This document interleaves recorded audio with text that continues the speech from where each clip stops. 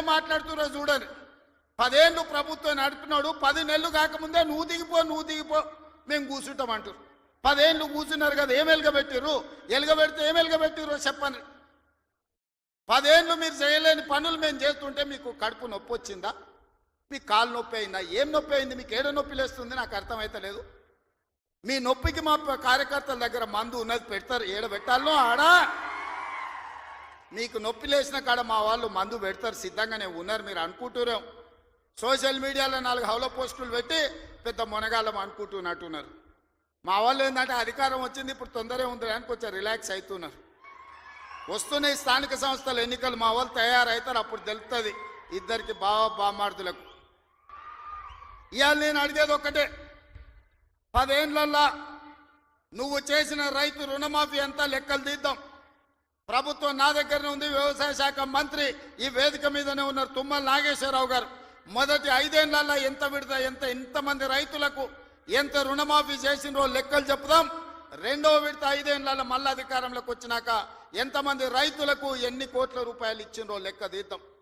25 రోజుల్లో మనము 2 లక్షల రూపాయల మేరకు రైతులకు చేసిన రుణమాఫీని 2014 నుంచి 2018 వరకు, 2018 నుంచి 2023 డిసెంబర్ వరకు, 2023 డిసెంబర్ నుంచి 2024 డిసెంబర్ వరకు 3 సార్లు రైతు రుణమాఫీలో 2 సార్లు చంద్రశేఖరరావు చేస్తే ఒక్కసారి ఈ వేదిక మీద ఉన్న మా మిత్రులందరూ చేసారు. లెక్కలు తీద్దాం, వాస్తవాలు మాట్లాడదాం. చంద్రశేఖరరావు గారు మీరు అసెంబ్లీకి రాండి.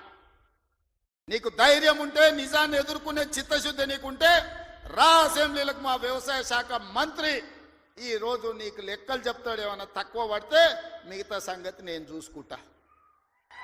అదేవిధంగా తెలంగాణ ఉద్యమమే నిరుద్యోగ సమస్య. ఈ నిరుద్యోగ సమస్యనే తెలంగాణ రాష్ట్రాన్ని సాధించింది. వందలాది మంది బిడ్డలు ఆత్మ బలిదానాలు చేసుకొని సాధించుకున్న తెలంగాణలో 10 నెలల్లో నేను 50,000 ఉద్యోగాలు ఇచ్చిన ప్రభుత్వ ఉద్యోగాలను. 10 ఏళ్లలో నువ్వు ఎన్ని ఇచ్చినవో లెక్క కట్టు, తలకాయ లెక్క పెడదాం. 50,000కు ఒక్క తలకాయ తక్కువ ఎల్పీ స్టేడియంలో అందరిని పిలుస్తా. 50కి తక్కువ ఉంటే అక్కడ నేను క్షమాపణ చెప్తా. స్వతంత్రం వచ్చినప్పటి నుంచి భారతదేశంలో ఏ రాష్ట్రం కూడా మొదటి సంవత్సరంలో 10 నెలల్లో 50,000 ఉద్యోగాలు ఇవ్వలేదు.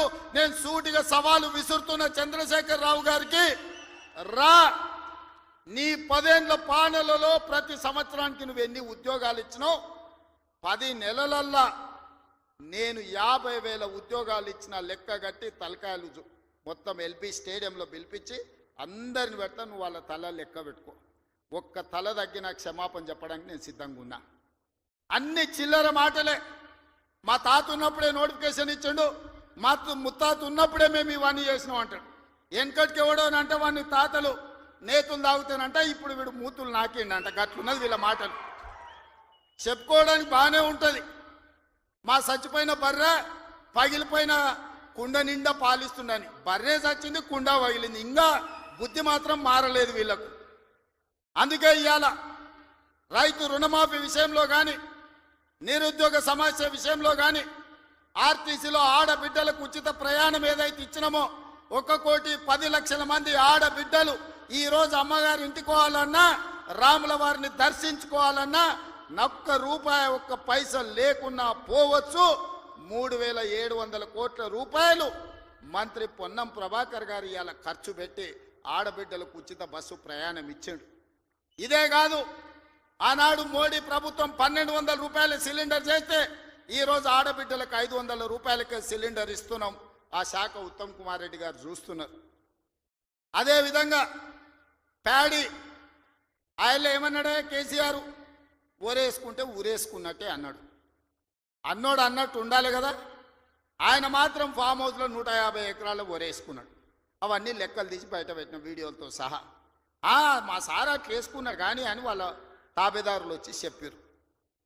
ఆ తర్వాత మన ప్రభుత్వం వచ్చినాక ఉత్తమ్ కుమార్ రెడ్డి గారితో వ్యవసాయ శాఖ మంత్రితో మాట్లాడి వరి పండించాల్సిందే, వరి కొనాల్సిందే, సన్న ఓట్లు వండిస్తే 500 బోనస్ ఇస్తామంటే ఇవాళ 66 లక్షల ఎకరాలల్లా 1,53,00,000 మెట్రిక్ టన్నుల వరి ధాన్యాన్ని ఇవాళ తెలంగాణ గడ్డ పండించింది. స్వతంత్రం వచ్చినప్పటి నుంచి ఉమ్మడి ఆంధ్రప్రదేశ్లో కూడా ఇంత వరి పంట రాలేదు.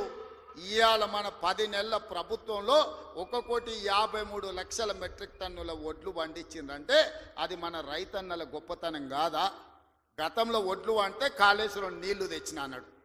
ఆ దిక్కుమాలినోడు కట్టిన కాళేశ్వరం మేడిగడ్డ, అన్నారము, సుందిల్ల 3 కుప్పగూలినాయి. వెనకటికి కూడా పనిమంతుడు పందిరేస్తున్నట్ట కుక్కతో తలిగి కూలిపోయిందంట. కాళేశ్వరం కట్టిండెప్పుడు, కూలిందెప్పుడు 1,00,000 కోట్లు నిండా మింగిండు, ఫామ్ హౌస్లో బోర్లో వండిండు. కాళేశ్వరం నుంచి సుక్క నీళ్లు లిఫ్ట్ చేయకుండా ఆనాడు కాంగ్రెస్ పార్టీ కట్టిన శ్రీరామ్ సాగర్ కావచ్చు, లేకపోతే శ్రీపద ఎల్లంపల్లి కావచ్చు, కల్వకుర్తి, భీమా, నెట్టంపాడు, కోయిల్ సాగర్, శ్రీశైలం, నాగార్జున సాగర్, హంద్రి, నీవా అక్కడ కడితే ఇక్కడ ఈ ప్రాంతంలో తెలంగాణ ప్రాజెక్టులు కడితే ఈరోజు ఖమ్మంలో కట్టిన ప్రాజెక్టులు, వరంగల్లో కట్టిన ప్రాజెక్టులు, నిజామాబాద్, కరీంనగర్లో కట్టిన కాంగ్రెస్ కట్టిన ప్రాజెక్టులతో ఈరోజు 1,53,00,000 మెట్రిక్ టన్నుల వడ్లు ఈరోజు తెలంగాణలో వండినాయి. 1,00,000 కోట్లు కాళేశ్వరంలో కాంట్రాక్టర్లకు కాలబెట్టిండు. పాలమూరు రంగారెడ్డికి 20,000 కోట్లు కాలబెట్టిండు. ఇంతవరకు సుక్క నీరు రాలేదు. కాళేశ్వరంలో 52,000 ఎకరాలకు ఇచ్చాడు. 1,00,000 కోట్లు కాంట్రాక్టులకు బిల్లు ఇస్తే 52,000 ఎకరాలకు నీళ్ళు వచ్చినాయి. ఈసారి అవి కూలిపోయి అది కూడా రాలే. ఇప్పటి వరకు చంద్రశేఖరరావు గారు ఈ 10 ఏళ్లల్లో 1,83,000 కోట్ల రూపాయల ప్రజాధనాన్ని ఇరిగేషన్ ప్రాజెక్టుల మీద పెట్టిండు. నేను సూటిగా అడుగుతున్నా, ఏ ప్రాజెక్ట్ అయినా నువ్వు పూర్తి చేసినవా? ఏ ఒక్క ప్రాజెక్ట్ అయినా తెలంగాణ ప్రజలకు అంకితం చేసినవా? ఇది పూర్తయింది, ఇది ప్రజలకు అంకితమైంది, దీంట్లో నీళ్ళు వస్తున్నాయని చెప్తావా అని నేను అడుగుతున్నా. ఇవాళ మల్లన్న సాగర్ అంటాడు, రంగనాయక్ సాగర్ అంటాడు, కొండపోచమ్మ అంటాడు. రంగనాయక్ సాగర్ కడితే రంగనాయక్ సాగర్ దగ్గర హరీష్ రావు ఫామ్ హౌస్ కట్టుకున్నాడు. 3 దిక్కుల ప్రాజెక్ట్ ఉంటుంది, మధ్యలో ఆయనకు ఫామ్ హౌస్ ఉంటుంది. ఆయనకు 360 డిగ్రీలు వాటర్ ఫ్రంట్ వ్యూ ఉండాలంట. భూసేకరణ కోసం తీసుకున్న భూమిని హరీష్ రావు పేరు మీదకి బదిలీ చేపించుకున్నాడు. ప్రాజెక్టు కోసం సేకరించిన భూములు రంగనాయక్ సాగర్, సిద్దిపేట దగ్గర ప్రాజెక్టు కోసం సేకరించిన భూములు ప్రాజెక్టుల నుంచి తొలగించి హరీష్ రావు ఫామ్ హౌస్ కట్టుకున్నాడు. దానికి లెక్క చెప్పాల్సింది హరీష్ రావు గారు. ఏం చింత చేయకు, లెక్కలు తీస్తున్నా, నీ లెక్క చెప్తా.